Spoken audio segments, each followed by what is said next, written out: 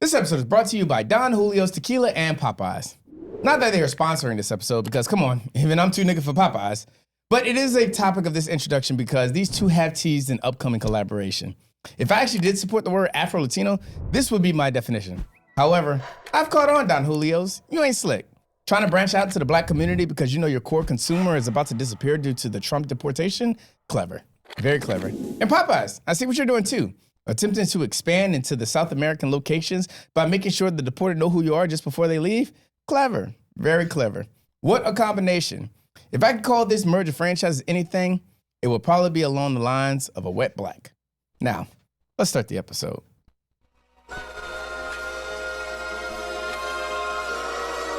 Our sins and woes. Our sins and woes. Our sins and woes. Welcome to episode 93. Welcome to episode 93 of the Our Sins and Woes podcast where a bunch of dumbass millennials talk about the dumbest opinions, the dumbest perspectives, dumbest mistakes, and the dumbest complaints. I'm your host, Nelson. Thank you for joining me today. I don't have no shout outs for you. I would say shout out Our Sins and Woes, but that sounds very egotistical, and I'm trying to be better about that. I'm lying. It's just, that would be corny if I shouted out my own podcast on the podcast that is this podcast. Shout out YCC. Make sure you check out ycc.com. ycc.com/Our Sins and Woes to see all the latest episodes and the SoundCloud playlist plug of the weeks, because we're on volume 4 now. After all of these episodes, we finally made it up to volume 4, because that means every volume is about 18 to 20 songs. So yeah, we're finally in volume 4, which means there are that many talented artists on SoundCloud that you just don't know anything about. So make sure you tune in to yccentertainment.com/Our Sins and Woes. As far as shout outs, that's all I got. Shout out Aquarius season incoming. God damn it, my fucking phone's on silent, please. During the podcast recording. He's like, fuck it. As far as shout outs, that's all I got. The moment I get in an Uber with a man that smells like orgasm, fuck my life. I feel like I'm in heat. That's crazy. Yo, you got some wild text, bro. Like, who sends that? It's like you do that on purpose. Like, but as far as shout outs, that's all I got. Let me go and introduce my guest. One of our information spillers, per se. Our wise of our generation. The money guru himself. Money Malc has joined us again. Hey, how's it going? Yes. AKA Mr. Real Estate Malcolm. Don't forget it, by the way. That part. I got a couple, aliases. Which is, you know what I enjoy the most about your social media posts? Is when you sell a house and I'm like, I know them. Mm-hmm. Man, it's a small environment, small world, bro. Like, Everyone always be like, hey, I didn't know you know that person. I'm like, yeah, man. When I'm gonna sell you a house, so like that's the next thing. That part. I remember when you shout out Los. Mm-hmm. I remember when you sold that one to him, and then there was a light-skinned girl that came across, bought a house from you, and I know her from one of the bars. I was like, oh, shout out. I know you're talking about. Yeah, I just sold her a house. Shout out to her. She was super fun to work with, man. Like. Sometimes when you get certain clients, like you don't know how to act. Like you got to be professional. But with her, I could literally be myself. Yeah. Like she was just calling me a nigga and all kinds of stuff. I was like, all right, cool. So she was cool though. It's like, thank you, my nigga, not like find me a house, nigga. Right. Yeah, no, you gotta distinguish that. But no, it is like.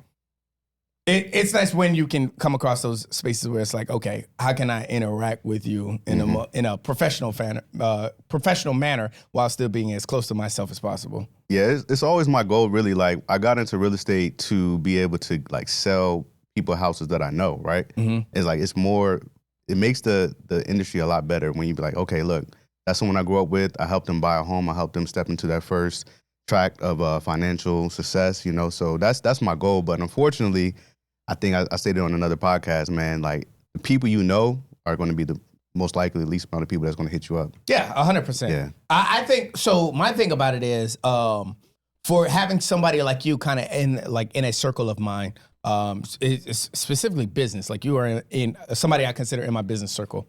And I know that even if I'm not shopping for a house, if I have questions about housing or I have questions about some kind of financial space, Mm-hmm. I'm like, yo, let me just ask Malcolm real quick. Mm-hmm. So it's nice to have people like that, even if I'm not coming to you to buy a house, but that's just because I haven't bought a house. And that's because you're in my circle too. Like, don't get it twisted. Like, we in a new avenue of space, new avenue of real estate to where like the industry is trying to act like real estate agents or professionals aren't needed, right? Yeah. Like they're trying to like get us out of there. And it's just like, no, we're here for a reason. I'll get into that a little bit later. But like, nah, like I'll give you that little gems and everything for free. But if I don't know you, I'm gonna charge you. Yeah. Yeah, I got you. I feel that. Right? I have to charge you. Yeah. I do feel that. And I feel that more than you know, just because in this podcast space, I'll give outside advice like, oh, well, you know, if you're not, if you do this, it'll probably be better for you and stuff. But I'm not walking you through. I'm not going to teach you how to use editing software. I'm not going to like explain to you. I'll tell you what camera to buy, but I won't tell you the settings your camera needs to go to and stuff like that. I'll give you a little bit of the crumbs. You're not getting the whole bread, you know? Because at a certain point, you got to be willing to do some research yourself. Now, again, everybody's not a real estate agent. So everybody can't figure out everything that goes into the house buying process easily until you take the time to. Unless you take the time to. For me, that's how it was with video editing. I didn't know anything at first, but it wasn't like, okay, I could just talk to somebody and they can give me all the information. I had to do years of research to figure out this podcasting space. I had to do years of research, all kinds of things like that. The easiest part is the part that I did naturally, which was just talking. So that's what you're good at, man. And like, shout out to you, by the way. I always gotta tell you, shout out to you, bro. I mean, the studio, everything that's set up, man, I'm amazed. Keep on progressing. Yeah, it's been like 20 episodes since you last been on. It's been a while, yeah. But yeah, we've come a long way. And for me, I'm always trying to, do progressions. I did say two episodes ago that I was done telling people what was coming next. I was like, yo, if I can't prove it, I'm done doing that. Because when I was cleaning up the website, I was going back through old episodes, and that's when I was realizing, like, I had to rewatch old episodes so I could write up summaries on all of them. And I'm watching these old episodes. I'm like, fuck, I said that? Damn, I said I was going to do that? And now I'm looking at all this stuff that I said I was going to do and realize I didn't do any of that. And sometimes in the podcast space, it's just a matter of, like, I'm just saying it because it's a thought that I have in mind then. As far as my goals for last year, I accomplished 90% of the goals that I wanted to accomplish last year. I agree. Yeah. But like things that I was saying on the podcast, like this would be a good idea, or yeah, I want to do that and stuff like that. It's like, yeah, if I can't put a time lapse on it, I'm not doing it. So at this point, because then I feel like I'm lying to my audience. So now it's time to like, I'm only telling y'all this stuff I'm doing when I'm in motion of doing it. Yeah, I seen a post the other day and I reposted it and it spoke to me. So it's kind of equates to what you just said. I mean, don't speak on anything unless it's already accomplished, you know? And that's what I'm going by too. That's my motto for 2025 and going forward, bro.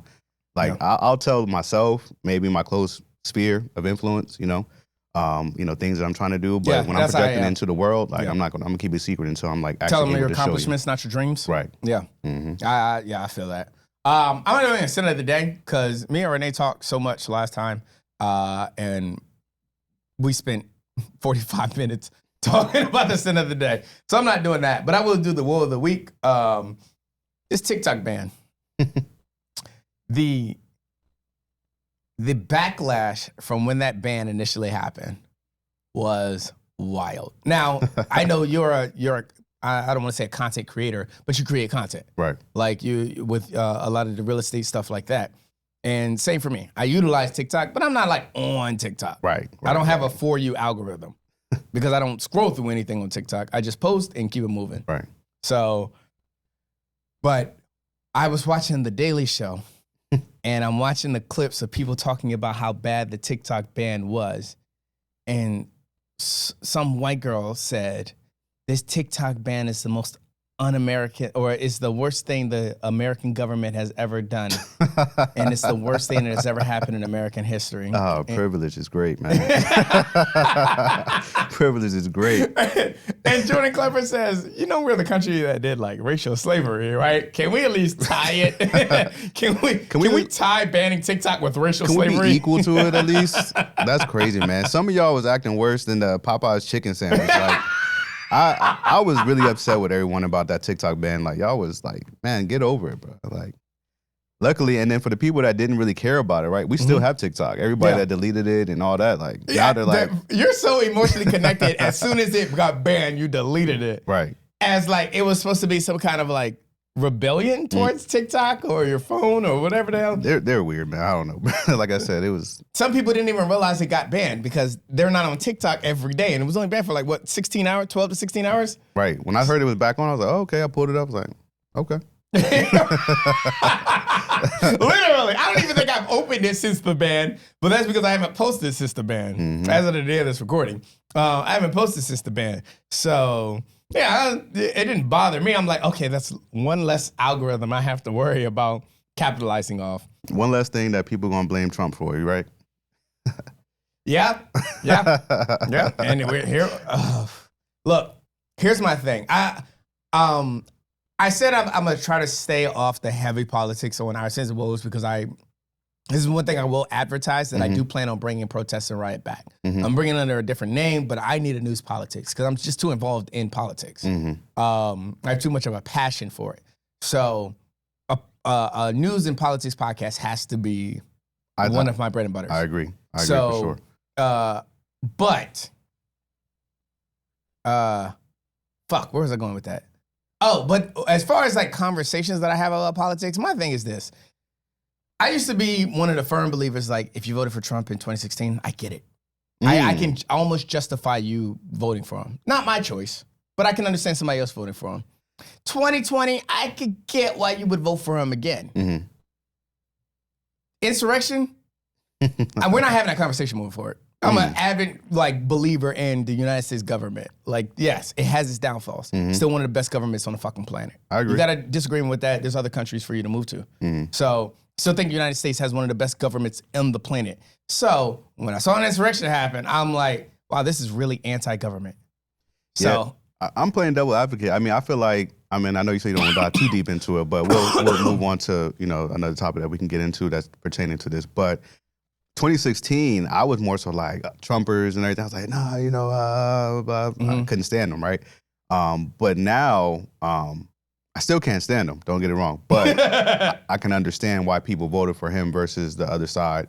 But just for me, putting it out there in the world, because, both sides are BS to me. So, yes, politics is ass. But the lesser of two evils is a conversation that I hate. People don't know how to have that conversation right. Because I'm like, bro, you're always in life choosing the lesser of two evils.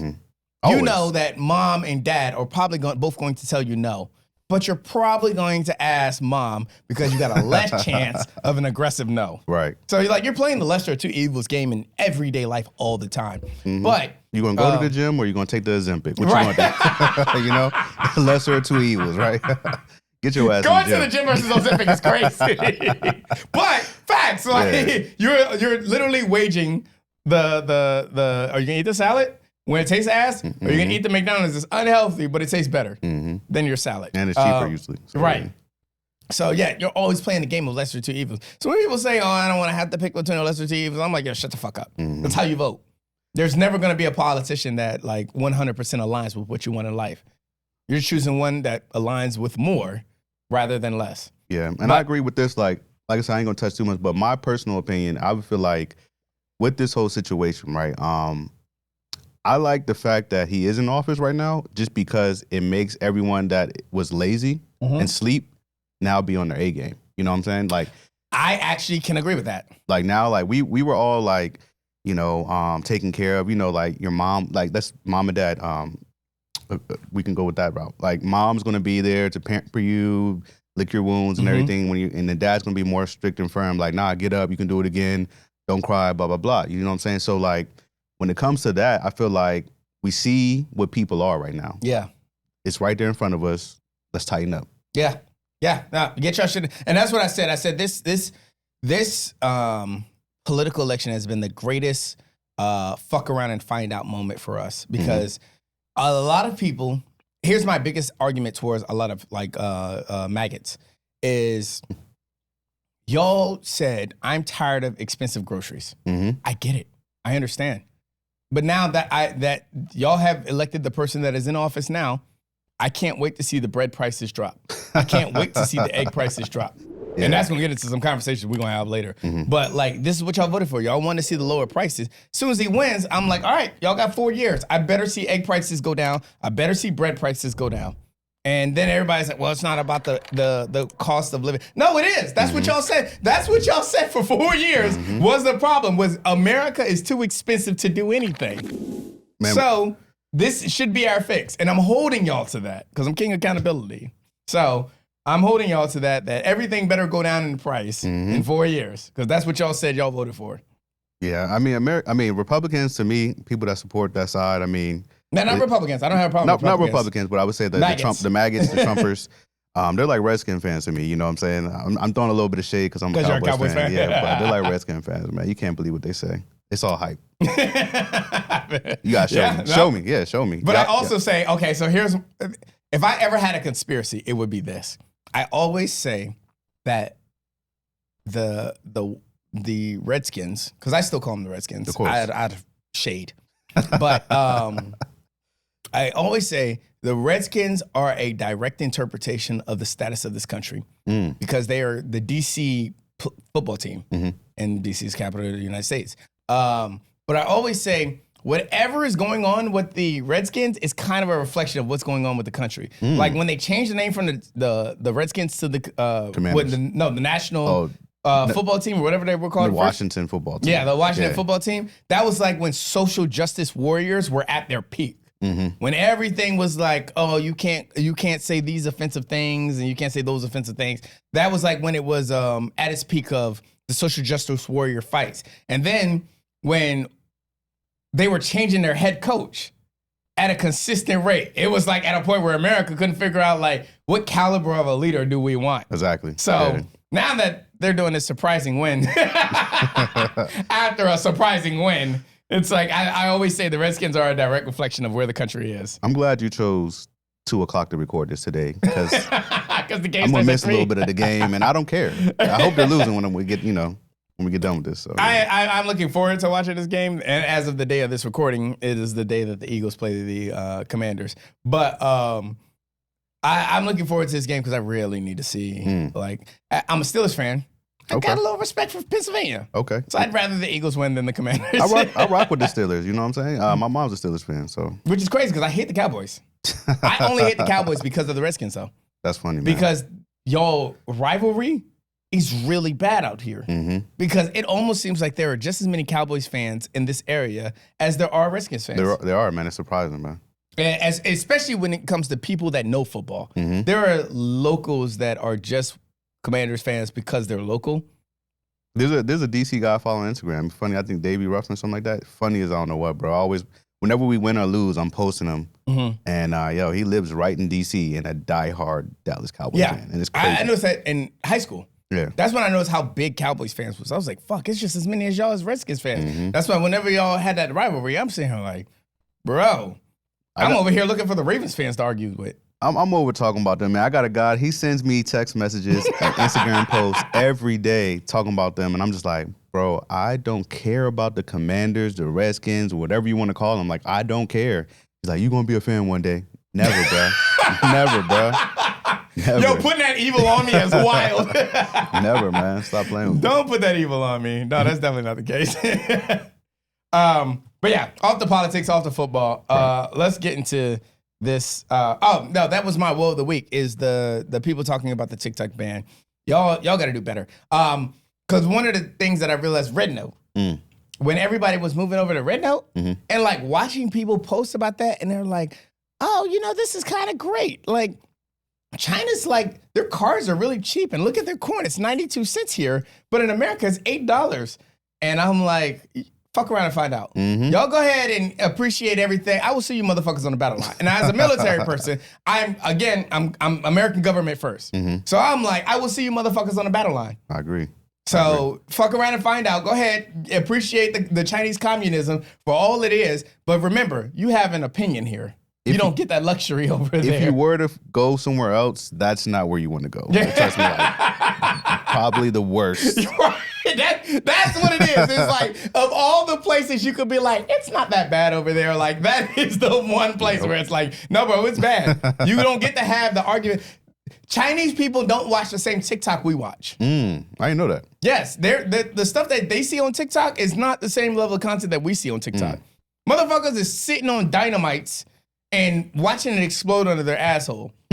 Like, we're not, Chinese people aren't watching that on TikTok. Right. Censorship. Wasn't there a point where, like, I don't know if TikTok was actually banned and over there. Yeah, but like a lot of content is. Like, I know there are YouTubers that if they go to China, they can't upload to YouTube because the Chinese government is that strict on like what they put out. So a lot of the content you guys get here in America, you can't get if you go over to China. Right. That's why VPNs are booming. Yeah, I want to. I mean, as far as with the VPN move, man, I think. I mean, we'll get into it a little bit later, but also like I'm talking about, you can still make money overseas now. Yeah, agreed. That's definitely the move too. It's an amazing place to outsource. Like, as far as like, if I can find a China man, and it sounds so suspect, but if I can find a China man to edit my shit. Well, no, I don't need that. I have AI that does that. Shout out to the AI world. Right. They replace a lot of things that I would actually outsource to foreigners. But yeah, like, the work is cheap over there. What, so, 50 cents, 30 cents, something like that? Yeah, and you get people out here, they feel entitled to a certain amount of money just because they say they're in that field. And I think I've talked to you about this recently, and this is a conversation I want to have later. I don't want to just jump into it. But like, dealing with people that want to start businesses because it's something they're good at. And I always say, if just because you're good at it don't mean you should start a business around it. Right. You got to have the passion for it. You got to be a leader. Right. Like, y'all want to start businesses, and I'm like, you don't know how to run an organization of people. You don't know how to like run people. Maybe you got to diversify who's going to be the lead person of the company, you know? So yeah, I agree with that. Yeah. Everybody thinks just because I'm good at taking photos, this isn't a shot, but it is. Just because I'm good at taking photos, I should start a photo company business. And I'm like, no, you should just do freelance work. Like, the fuck? I'm a photographer now, right? Come over to my photography business. And I'm like, no, bro, that's not how this works. I have a luxury in life of like being in a good initiative or initiator. That's what's like one of my prime leadership roles is I'm really good at initiative. So, and then it's a matter of like, I don't have to coat you into convincing you to do something. That is true as well. You got to be able to have like for this, like when you first started in this, anything you start when it comes to a business, you got to be able to not be able to make money in it. Yeah. The end goal is to make money, right? Yes. But everyone starts a business and they think they're going to be wealthy and rich. But to be honest, like most people don't make money. You know what? First 10 years, 5 years, something like that. I mean, you're gonna break even. Like, hopefully you break even, but you got to have a true passion for something if you want to succeed in life. Yeah, agreed. Yeah, that was the thing. I mean, like, I started podcasting in 2019. I didn't start YCC until 2020. And I mean, it's been a business that benefits me, but it's also like it coincides with hobby. I mean, with passion and hobby. Crazy, bro. It's 6 years. Yeah. Wow. Yeah, bro. So many conversations. YCC is here. And we've gone through our trials and tribulations. We've gone through people. But my thing is, like, I've had to deal with people that it's a matter of, like, I'm only dealing with you for a limited time. And at the end of the day, it's just business. There's somebody I've worked with in the past that, like, I worked with them at Chirani's, and then I worked with them in starting Limelight Vibes. We had different agendas as far as how we ran businesses. Solid split. He took Chirani's, I took Limelight Vibes, but I'm still cool with him to this day. Now, our falling out was a little shaky for, like, shaky audio, but shaky at first. You had a little Roy and Mal, Joe Budden type of split, or like? Kind of. Yeah. It was, yeah, that would be a good representation. But, like, at the end of the day, it's just business. Okay. So I'm looking at it like, at the end of the day, it's just business. Now, there are some people, like, if I did work with him in the future, I don't mind doing that. Right. But we need to make sure we don't run into the same problems we ran when we were running the show together. But there are some people like, shout out Penrose, but, like, go check him out. I don't know what Penrose is doing, but check him out. But Penrose can't come back to YCC. Like, let me make that statement strong. So, like, because of the falling out, but also because, like, the creative differences. Yeah, not even the creative differences. It was kind of just there's a differentiation of how we view respect. Okay. So at the end of the day, if it's my company, I gave you the show was yours. Like I told you the show was yours. But then you can have your show. I gave you your show. Don't disrespect my company. Right. So when it comes to like the branding problem, that's when it becomes an issue. So no shade against Penrose, but yeah, Penrose can't come back to YCC. But I wish Penrose well. I don't have anything against doing anything with him in the future, but he can't fall under the YCC guys. So public info. 2025 goals that should be on your list. Great thing to ask, man. So I'm gonna always start off with, of course, real estate. If you don't own any type of real estate, that should always be your number one goal, right? Pass. But next year, I got you. And I always hear that, man. I'm gonna come back to that, but there's a reason why. I got you. But for everyone has their personal reason. I'm excluding you, of course, and those people that have a legit personal reason. But there's been people that I've been hearing saying, next year. Yeah. Next year. Just like with losing weight, next year. I understand why that. Immediately, I understand why that's annoying. So like next year. And it's just like, okay, next year. Like the thing about this is that should be on your goal, because if you can afford to buy a house now, then do it. You have to be able to do it, because it's only going to get harder. Everyone that could afford a house in 2019 up until this point, up until 2024, and I'll use up until 2025 as an example, they could afford a house. Now that the rates are where they are now, they can't afford a house. Yeah. So you just missed out on your opportunity. Yeah, I mean, so for that conversation, I feel like that applies all the time, just on a consistent basis, is because it's really outside speaking in, but I always feel like it's really hard to determine where like you can project maybe the next year or several months, but like over time, you can't project where the house marketing value is going to be in 3 years. Exactly. You can't project it. But as far as for this area, we live in a very this area is not like any other area in our like nation, Yeah. DMV area, very high producing jobs, like fast producing, like compared to other states. Yeah. It produces really fast. The market value goes up really fast. The Midwest, and they're not seeing the real estate like Texas. Yeah. Like if the growth level. Yeah, the growth level. Like to put it in like real estate terms, like in Texas, we work with our team worked with a group in the mornings. We do it's called script practice or whatnot, and so we go over what's going on in the market and whatnot. So Texas has a lot of inventory. Like if you're buying a house right now in Texas, like they're giving you down payment assistance, their child, closing costs, like so many different benefits. That's not happening out here. Yeah. Right? There's like 6 months worth of inventory in Texas of houses. So you really have a lot to play with compared to here. Like here it's still a seller's market, and it's hard, but it's How long still has it been a manageable. seller's market for? It's been a seller's market Been a seller's market for a little bit, bro. 7 years now? Yeah, it's been, and it's only gonna like this area, like you see everything they're building in the area, right? Yeah, and that's what I'm saying. Like as far as the growth, the Woodbridge is killing as far as like growth, especially with like the Rosies that they just built. Man, once they allow table games, it's going to be a problem. Yeah. I'm not sure if I spoke on it on one of the podcasts, maybe not, but I did meet with the mayor. He gave us a projection of Rosie's and what they're going to do now. They're about to build some waterfront properties over there. They got some IT companies coming over there. You know they're dealing with some problems with the dump being that close though, right? So what I recently heard, and I think I actually had this conversation with my parents yesterday. Shout out my mother. Yesterday's her birthday, as of the day it's recording. But one of the conversations came up was Rosie's, and they were like, a lot of people are complaining about it being so close to the dump. So the smell is kind of lingering into the casino. But I also argued, I was like, I've been there, and the prices.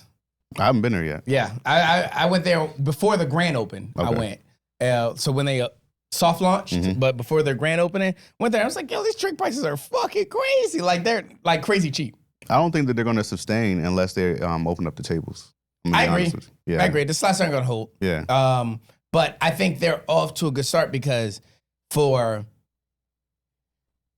Woodbridge, it's in Woodbridge. Now, if you're in the if you're in the Fairfax area, you can go north or south at that point. You're playing that game.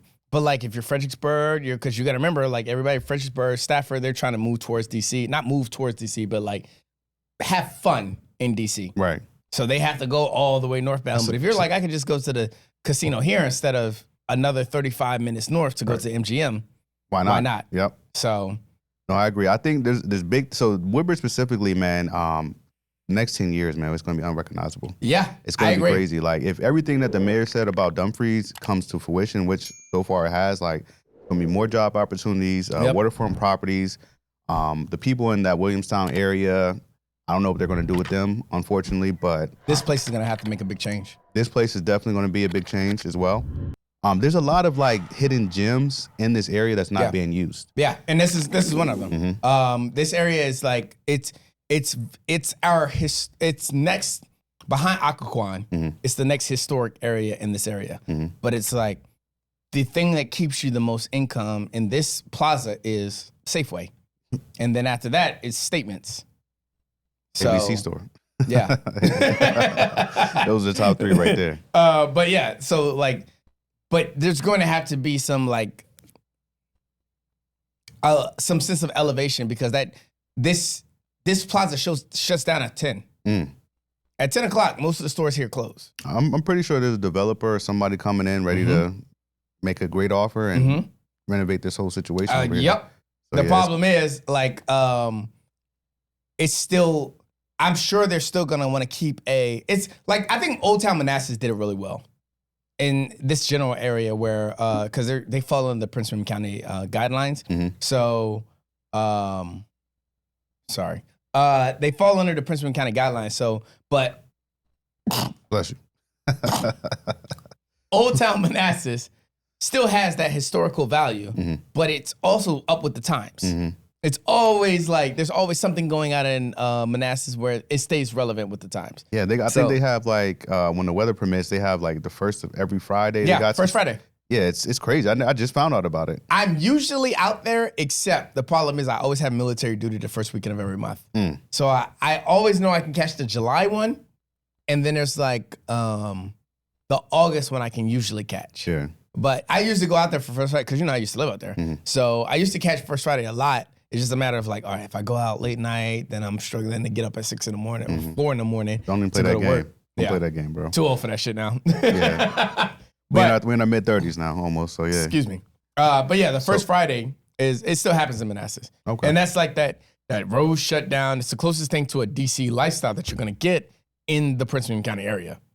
Because Old Town, I think Old Town still falls under Prince William County, and then like when you go a little bit outside of Old Town, then you're in the Manassas County. Right. But yeah, but I think they've done a good job at keeping it up, especially since you have Old Town where there's so many like recurring restaurants get switched out, and because you're outdated. But Woodbridge here in Occoquan haven't quite picked up on that. Occoquan is very unique, man. It's like I said, it's historic, and I mean it's cool, but to me, I feel like it's pointless. It's dated. Yeah, it's nothing really going on over there. Dated. There's no parking. That's another thing. I'm gonna equate to I'm gonna go back to real estate. If you're looking for real estate, right, the things that you want to look out for is how is the parking, right? If the parking sucks, that's not a good place to invest your real estate in. Agreed. Wait. Mostly agree. Would you say the same about like somewhere like DC?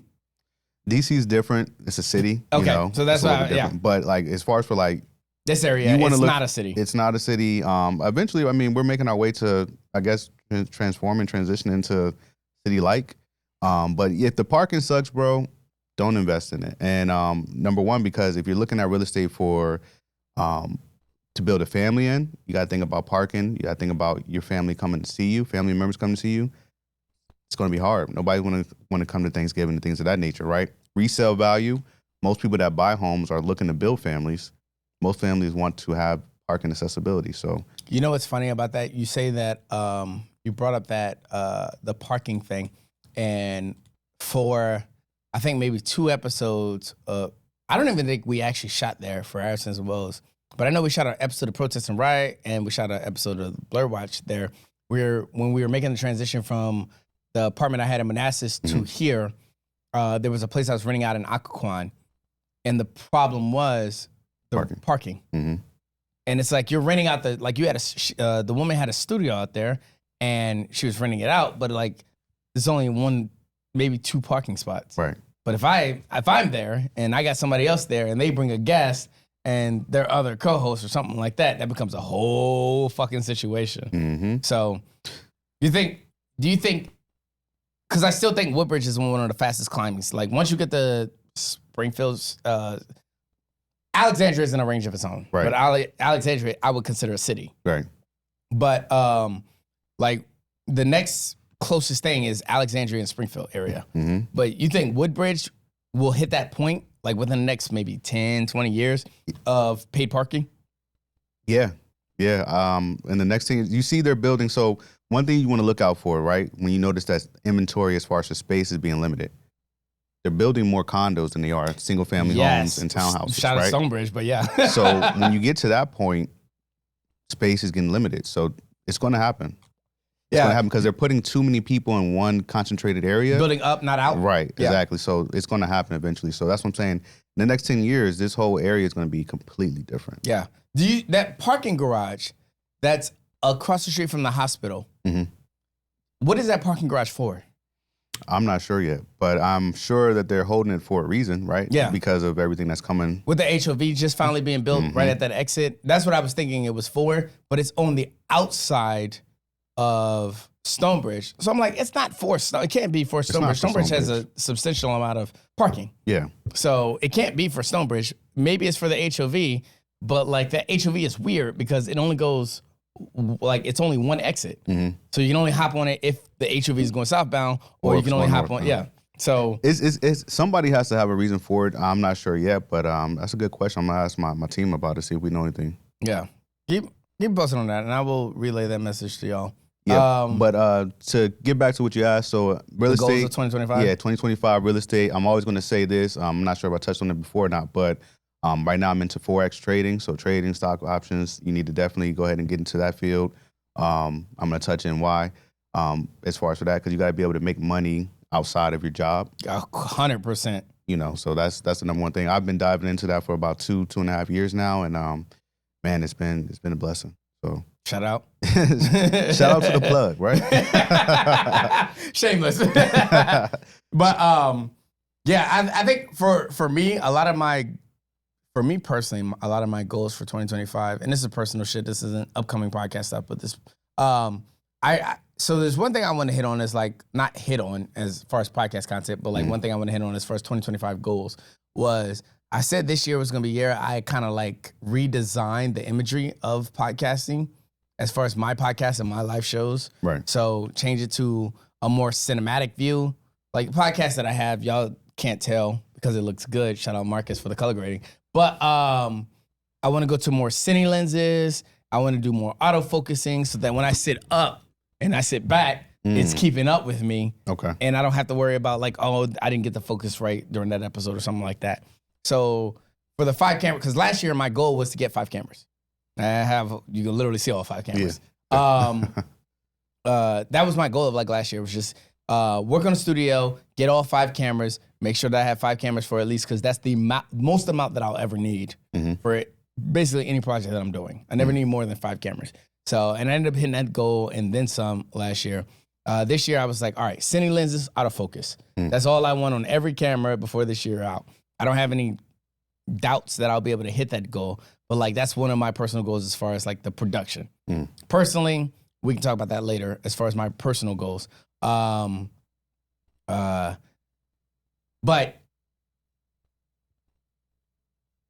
is that blank?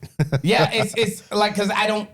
As far as this year goes, I don't really have that many goals. I just bought a 2025 CRV in November. Congrats. 30 key down. So I only owe 13 on it.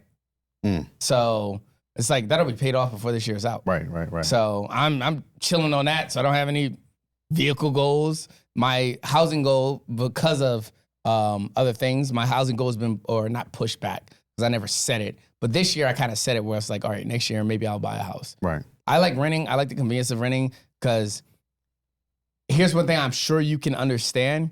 Everybody shouldn't buy a house. Exactly. Everybody should not buy a house. And my argument for that is because everybody's not prepared for maintenance fees. Everybody's not prepared for upkeep. And when you live in the apartment lifestyle, it's just easier that way when you just call the maintenance guy to come. Yeah, you got to get with a professional that's going to be honest with you, right? I tell people all the time, like, the first thing we do is we have a strategy session, right? Yeah. Strategy session is going to be like just popping shit, pretty much, but in business and professional settings, like, hey, what's your goal? Why are you motivated to buy a home now?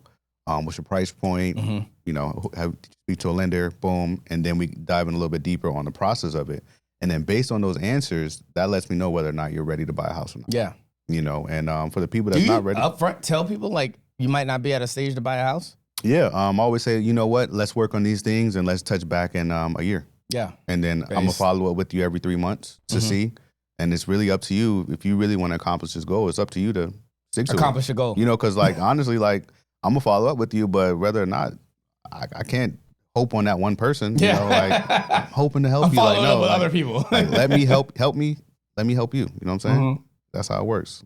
You want the help. But yeah, so that's where I'm at with that. So yeah. No, it didn't register to me until I heard it said out loud. But obviously that works in so many other fields where like, even if you're just talking about working, if you're not set up for a consistent schedule because you like your lifestyle revolves around, this is a weird defense because I don't defend single moms often, but this will be one of those defenses where you can alternate your schedule.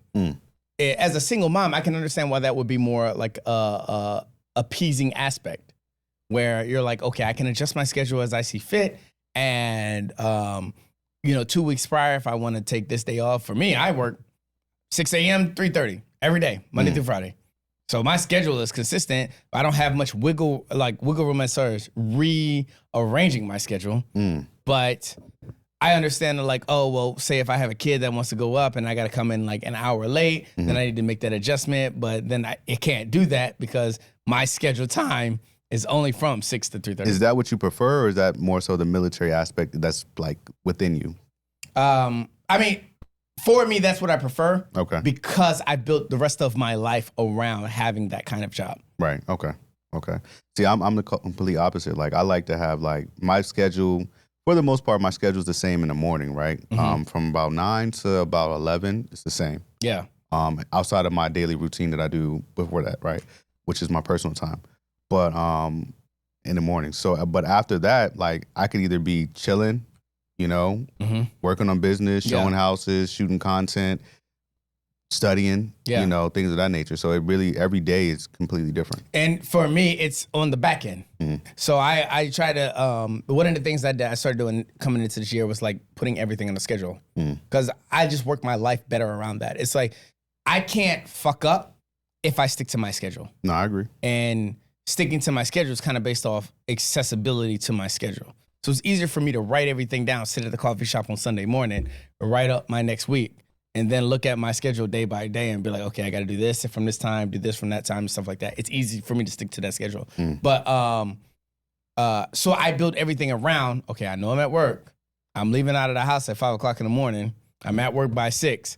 I'm leaving work at 3:30 at the latest. And then I'm probably back in town around 4:30, 5 o'clock. Right. Now, 5 to usually 8, unless I have something else predetermined, 5 to 8, studio time. But I'm never at the studio after 8. I leave out of the studio after 8 so that I don't have to worry about like that conflicting with like sleep or any other things that like stops I got to make on the way home type shit. So sticking to that schedule has helped me.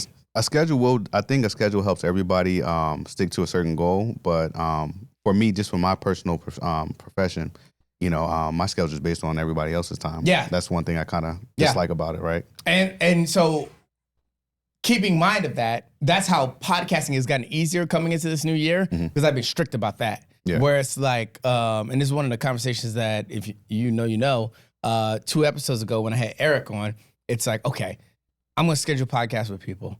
But it depends on like how long it's been since I last scheduled a podcast episode. Like we were supposed to record the day after I recorded with Renee. We didn't, but I'm not worried about it because we scheduled within a week. Right. And then she just recorded on Tuesday. So good. All right. I got spacing for content and stuff like that. I got a decent amount of window for content.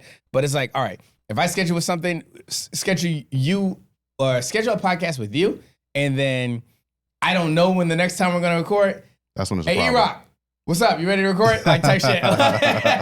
Here's the topics I was gonna talk to this person about because I gotta get better about that. I gotta get better about filling in the blanks because I run a podcast that's based off the guests and their time.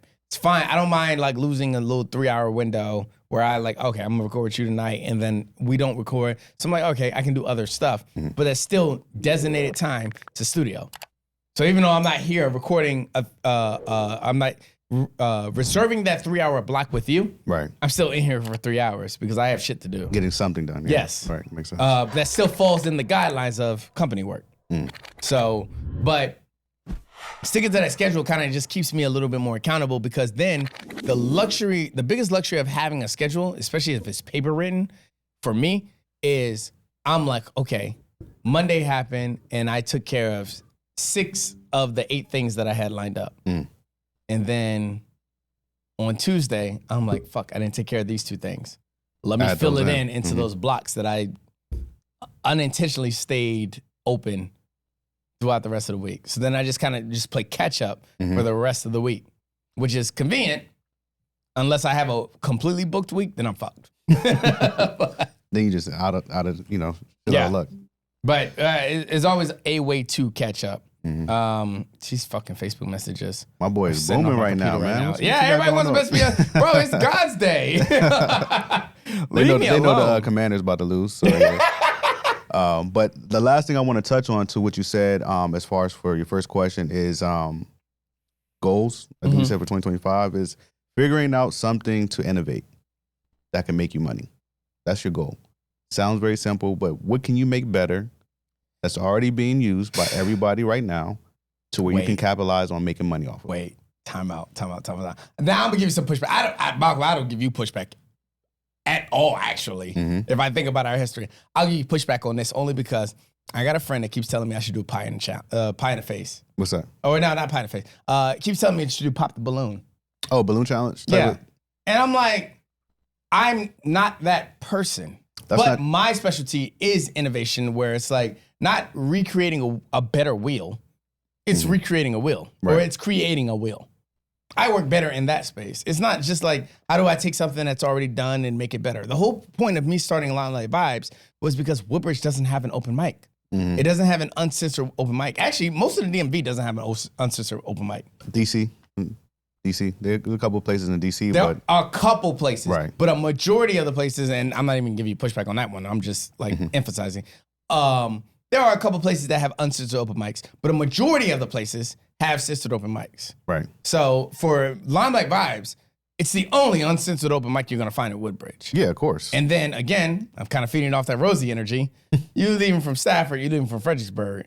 You're going to want to tap in here then all the way to DC. I got people that come to Limelight Vibes from Maryland because they can't find anything out there where they can get up there and rap about fuck the police. So but that's a level of innovation. I'm not taking something that somebody else is already doing and making it better. I'm doing something that nobody else is doing. So the reason why I said that is because if you think about it, and this is just for the people that are creative mindsets, right? They have the creative mindset thing, like Facebook, right? But essentially, MySpace. Someone took MySpace. Agreed. Pretty much but Facebook what makes made it you better. Different? And that's why the wall from that MySpace to Facebook was the wall. That was the biggest thing about that made Facebook different from everything else. So in my situation, it would be the uncensorship. Yeah. Okay. So I get what you're saying. But I don't think Facebook was trying to recreate the wheel. I think they were making a new wheel because the wall was changed social media. Right. So the wall has led to the For You page. The wall is a recreation of the For You page. Okay. But the wall is a new wheel. So I get what you're saying. And it's sense of from MySpace to Facebook, and it's sense of going from social media profiles to having the wall to having the For You page, which is the algorithm tailored to what you like. Yes, every time. I don't really think that was recreating the wheel. I think it was building a new wheel based off the concept of a wheel.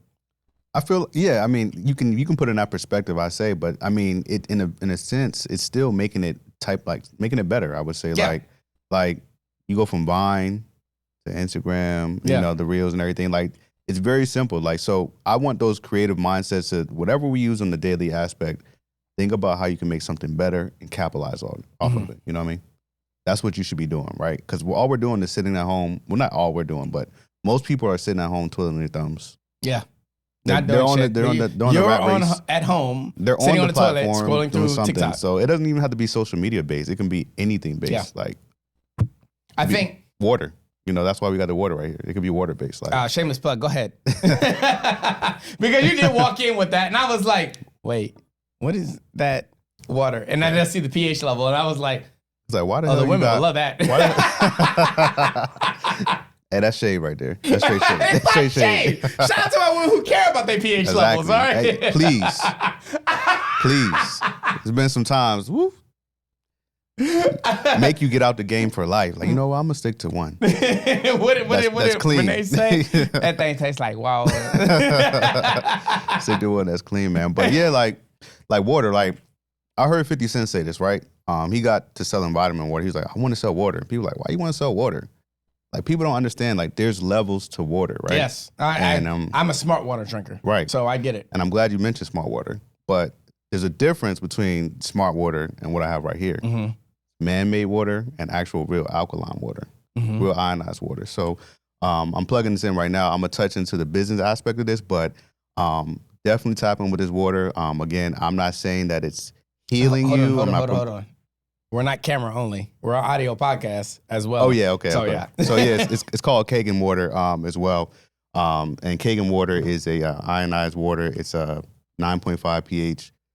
You know, everybody's on a 9.5 pH kick right now. Mm-hmm. You shouldn't go above 9.5. Actually, it's not good for your kidneys. So Didn't know that. Mm-hmm. So you should definitely look into that. But with this, the reason why I started drinking this water is I was having problems with my joints. You know, we're getting old. Yep.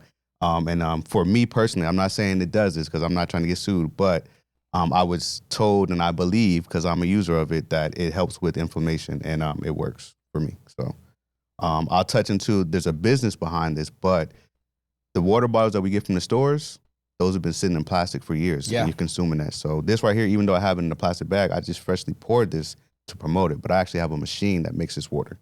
And it's That's the dope. closest thing to natural springs. That's dope. Yeah. So tap in with me when you get a chance, because on the Patreon, we'll talk about how you can make money off of that. I will. Is there a page for this water? You reach out to me and I'll give it to you. But there is a page. Well, yes. obviously he'll be tagged in the description below and, if you're watching this on YouTube. I was going to bring the guy in, the actual guy who has this. So this, he has the actual water store. Excuse me. His name's Uncle. I was trying to get him on here, but he said he was too busy. But it's in Occoquan. So yeah, tap in with me. Based. Yeah. You know, I'm all well. First of all, I'm all for plugging because I'm pro-black, unbeknownst to you Kendrick Lamar fans. But so yeah, as it'll be tagged below with all of Malcolm's socials and everything like that. Right. I don't have to plug his real estate because he's got it plugged Right. on the couch right now. It's a real estate Malcolm number. Just close, man. Just close. I want to make sure we had that sign with you. Just close. But making water better, right? We all drink water, but how do you make it better? Yeah. That's how you make it better. Ionizing it. Yeah, I think so. For me, like that gallon of water. But I had an incident here a couple months ago that like severely increased my amount of water intake because I basically had a morning where it was like, all right, coffee, and then I'm just going through the day, and it's like, okay, it's lunchtime. Let's go grab some food, and then we're eating salty foods and getting margaritas, and next thing you know, I pass out, hit my head and stuff like that, and it was like, all right, now it's time to start drinking water. Like, water is, now I remember why water was important. It's important. And it's crazy because like I can tell when I'm dehydrated or when I'm coming across dehydrated, just off like, oh, my lips feel dry. Like I can find myself keep looking at my lips. I know I'm dehydrated. I'm thirsty as hell right now. Thirsty as hell. But I'm glad you mentioned that because number one, this water that I have, the Kangen water, when you go to the airport, what can you not bring on the plane? Water bottles. Right. Every time bottled water. Every time I go to the airport, I pass it with no problem. Really? Yep. Medical grade water. Could take it anywhere in the world. I got pictures with me. Shut the fuck up. Promise you. Do you take that whole gallon on the airport? Take that whole gallon to the airport. Fuck out of here. Walk through. I got pictures, and I'll send it to you so you can show people at the end of this if you want to plug it. Me on the plane like this, smiling like I'm up just won the lottery or something. I did it. So yeah, you can take this water anywhere. So that's why it's a business portion to this that everyone needs to tap into it outside of the health benefits for it. Fuck that. You can take it on that fucking plane. I know you bitches love to travel, so there you go. Bro, I took it with me to Colombia. That's base. Took it with me everywhere, bro. That right there is a selling point right there. That's fucking crazy. Because yeah, it's literally like, you can't have this water bottle on the airplane. And everybody's looking at you crazy when you do it. They're like, what the fuck? What you got going on? Be like, medical grade. They check it, they do a little thing, check it, make sure it ain't nothing. Pass. They can't say nothing to you. Sheesh. That's a plug for your ass there you there. That's it right there, bro. And outside of that, yeah, when I get turned up, every once in a while I drink that shit, and recovery is way faster than just drinking like 10 gallons of water. Yeah. Sheesh. For me personally, again. Hey, I mean, yeah, I know the P of the light works for some of you hoes. But like, no, I get it, because I'm big on that. Like, fall asleep with a bottle of water. But like I said, my water intake has gotten really good as of late. But knowing that I can get on a plane with that is crazy. Because you already know at the airport, you're paying for $7, $8 for a bottle of water. I pass right through, bro. Everybody's amazed, but I do it. So yeah. Sheesh. Tap in with me. That's a good plug. Tap in. That's a good fucking plug. All you thirsty motherfuckers.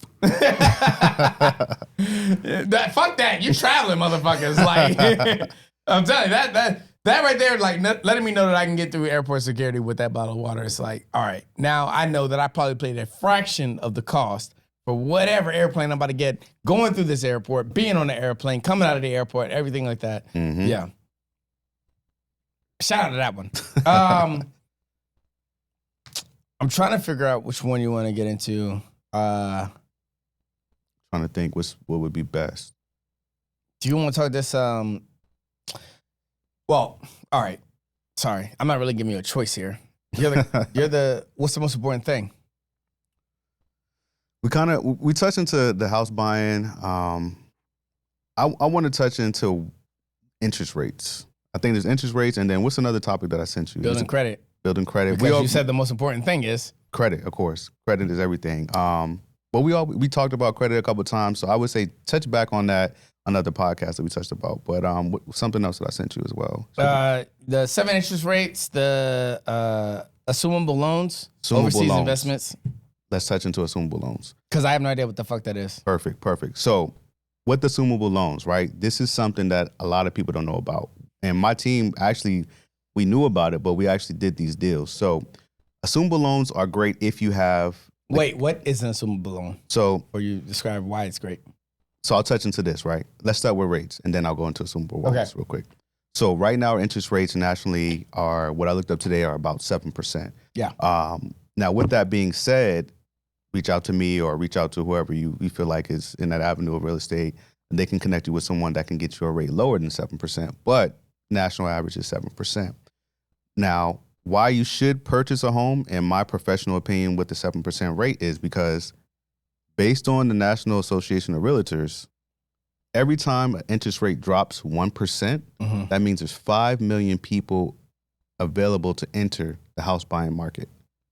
So think about all the competition. By 1% rate, 5 million people. Now, that doesn't mean that 5 million people are going to... That makes sense. So if you were in a 7% range and the average percentage drops to 6%, now all of those people that were like 6.5, 6.9, 6.4, yeah. All the people that were priced out that can't afford a home at 7%, now they're able to get into the game, right? And they've been waiting for that. So what that does is create more competition. And then for an area like this where, inventory is still relatively low, I mean, you're not going to find a house, bro. It's going to be really hard. You're going to be paying way above house price. Which is horseshit because you sell houses. Of course.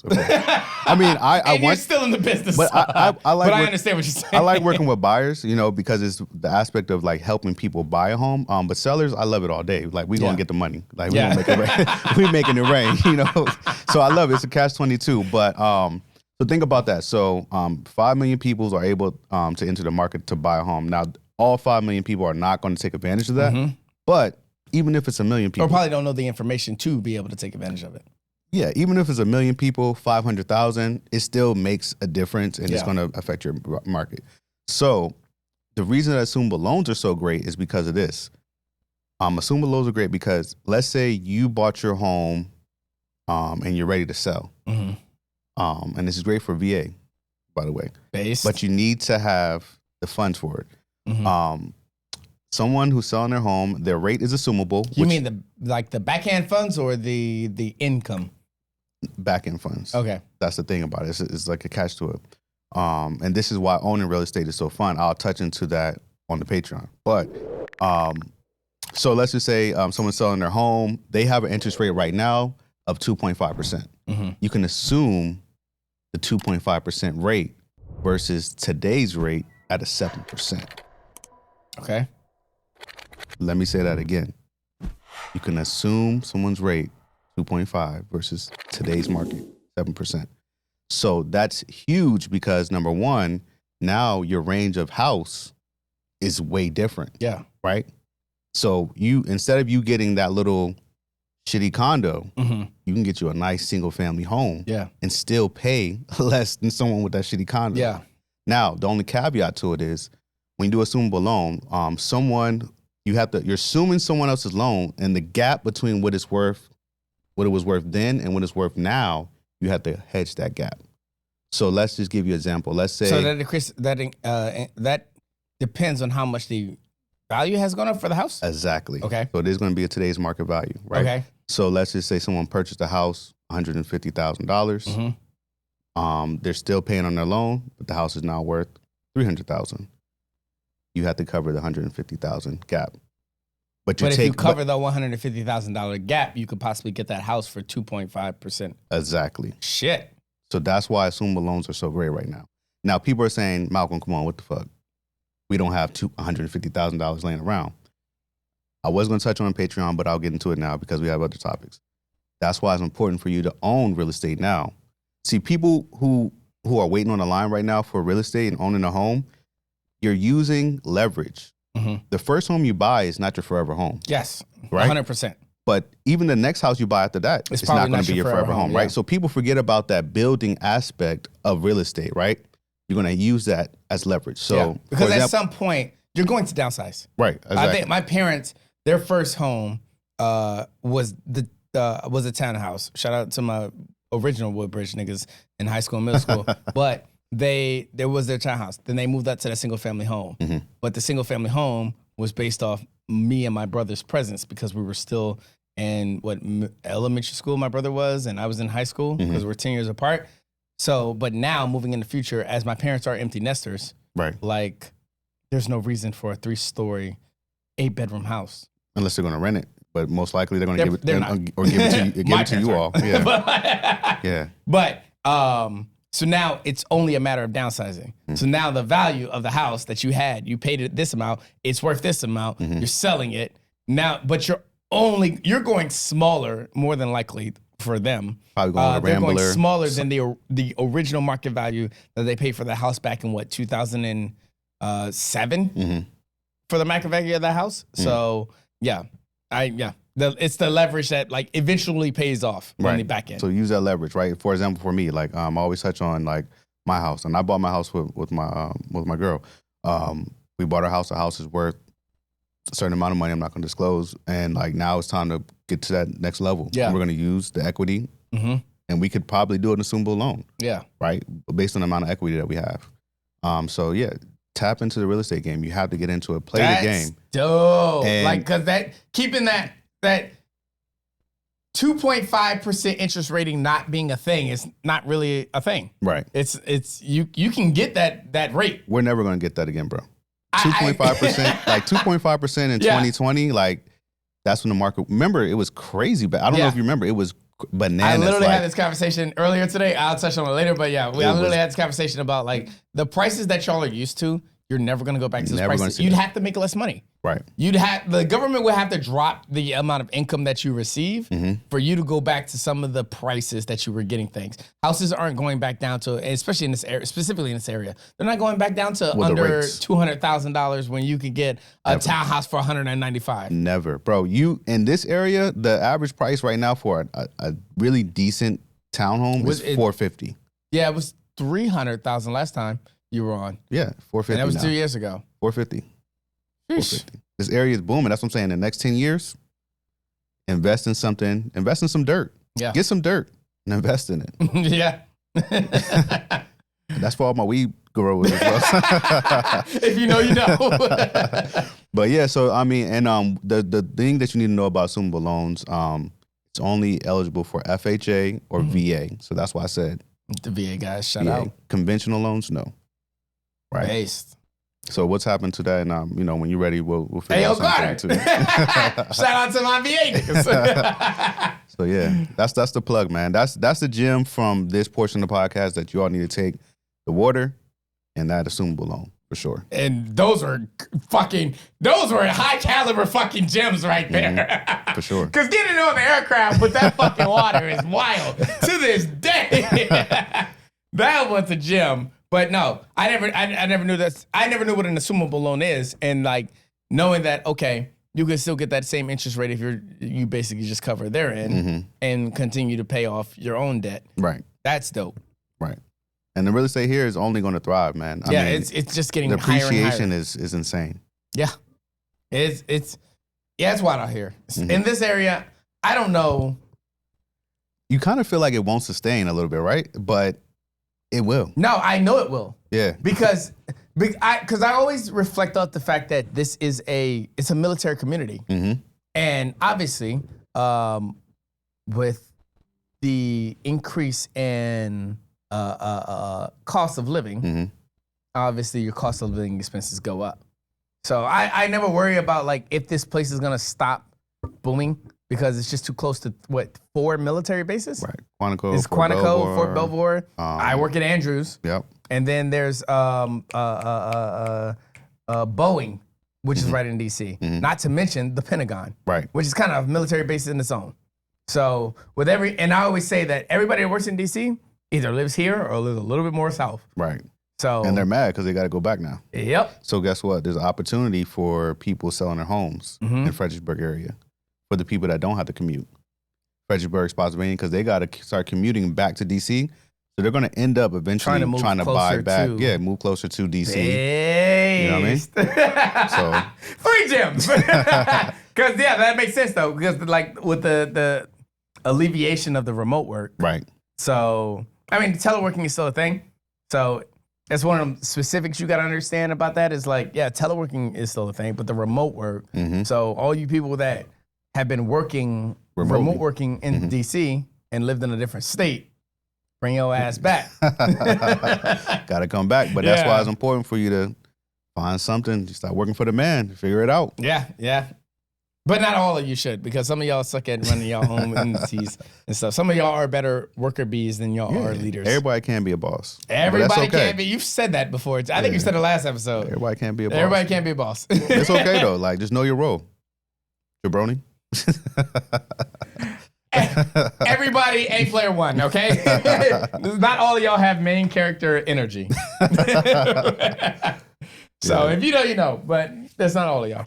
But fuck, that's assumable loans. Great fucking plug. The water, fire. You trying to lead that one? Yeah, you got it. That's why I brought it. True. Based. Yeah. And that's the Our Sister Woes plug right there. But speaking of plugs, let me go ahead and get this SoundCloud playlist plug of the week. That was a fucking that was a streamless fucking transition. Too excited about that water. He's like, I could keep it. But speaking of plugs, let me go ahead and do the SoundCloud playlist plug of the week. We got a lot to get into after this. It's tax season. And I always like when Malcolm comes on during tax season because I like for him to save his building credit shit for the Patreon. So a lot of people that understand, because I want to talk about like everybody's, the people that are LLC qualified but aren't really in the LLC business or don't really want an LLC, and I understand why. I want to get a little into that. We got to get into this overseas investments, doing things outside of the norm, and making money in this new administration. So it's a lot of topics that we're going to hit on in the Patreon, and Patreon might actually be longer than the free nigga portion. So And again, shout out to you niggas. I'm not a financial advisor. Do your own research. But gems. There you go. You take the gems as you see fit. But for our SoundCloud playlist plug of the week, a fire track. It is called Sweat Work, and it's by Trip Carter. That's not to be confused by our recurring Streams of Consciousness vet, Jay Carter. This is a dope-ass song that is found on SoundCloud. And as always, it will be in the SoundCloud playlist plug of the week for Volume 4. It is called Sweat Work by Trip Carter, and make sure you check it out.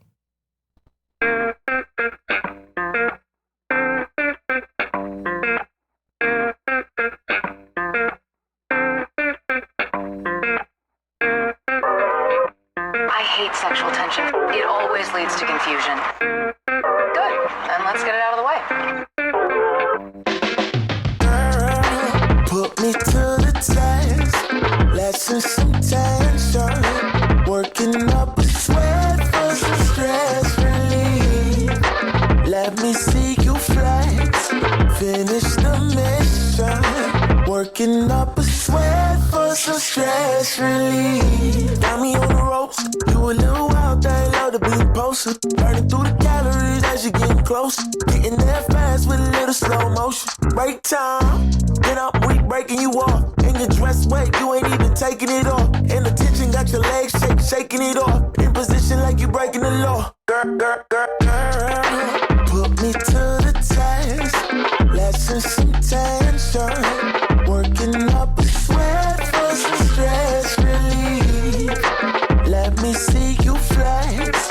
Finish the mission. Working up a sweat for some stress relief. Yeah, she alter calling and we alternate. Girl, you could do this as an occupation. She working hard and I am not complaining. Shake butter, baby, serving up the cake. Betty Crock, her bedrock and make it jump. Feel the building, second gear, the pace up. Don't stop, it's over top, the waves up. Baby, let the waist drop. Girl, put me to the test. Lessen some tension. Working up a sweat for some stress relief. Let me see you flex. Finish the mission. Working up a sweat for some stress relief.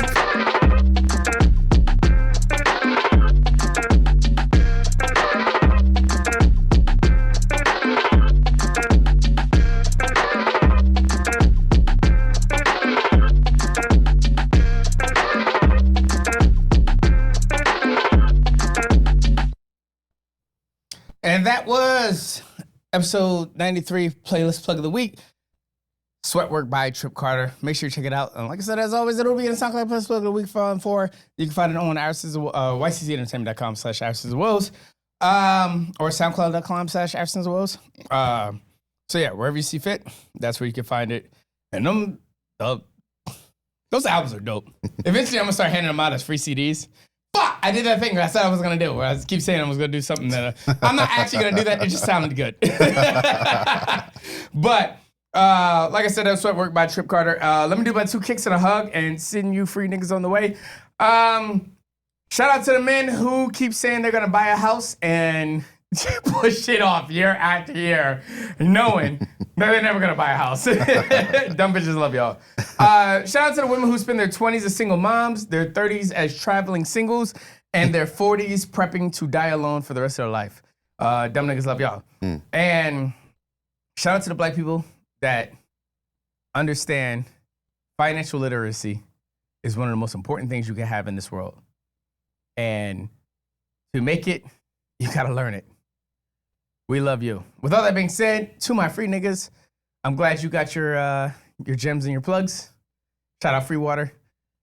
Shout out Summa Balloons. You got any last plugs you want to get out before we say bye to the free niggas? That's it, man. You already know, contact me. You see the info. Yep. And as always, he'll be tagged in the description box below, whether you're listening to this audio or watch this on video.